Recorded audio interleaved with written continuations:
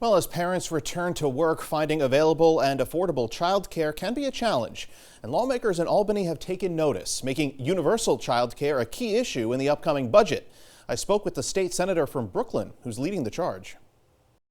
No childcare, no work. State Senator Jabari Brisport understands the importance of making universal childcare a reality. A lot of parents are struggling and need relief as soon as possible. It's why Brisport, the chair of the Committee on Children and Families, introduced the Universal Child Care Act last year, and why he pushed for it to be included in the Senate's One House budget resolution this month. He also released a detailed report in December after a 10-week tour of the state, which concluded that child care for an infant or toddler could run a family $2,600 a month, or $21,000 annually. It's an extremely expensive matter for parents. It's a second rent, or sometimes for some parents it's more than the cost of rent. And there's no reason that the government shouldn't be subsidizing it if our economy requires that people need to be able to get to work. His plan calls for billions of dollars to create free, subsidized child care for all low-income families and to stabilize what he calls a, quote, collapsing child care industry. He believes it will be a big relief for working parents. It's a huge stressor, and we've seen that with the rollout of UPK, for example, where UPK covers until like 2 or 3 p.m. and then for parents, it's like their work doesn't stop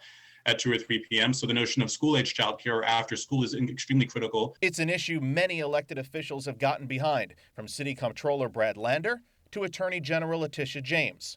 Now, the final budget is due April 1st, and with it, an answer on universal child care in our state. There is no return from, the economic devastation that COVID wreaked on our communities unless people can have someone to watch their kid.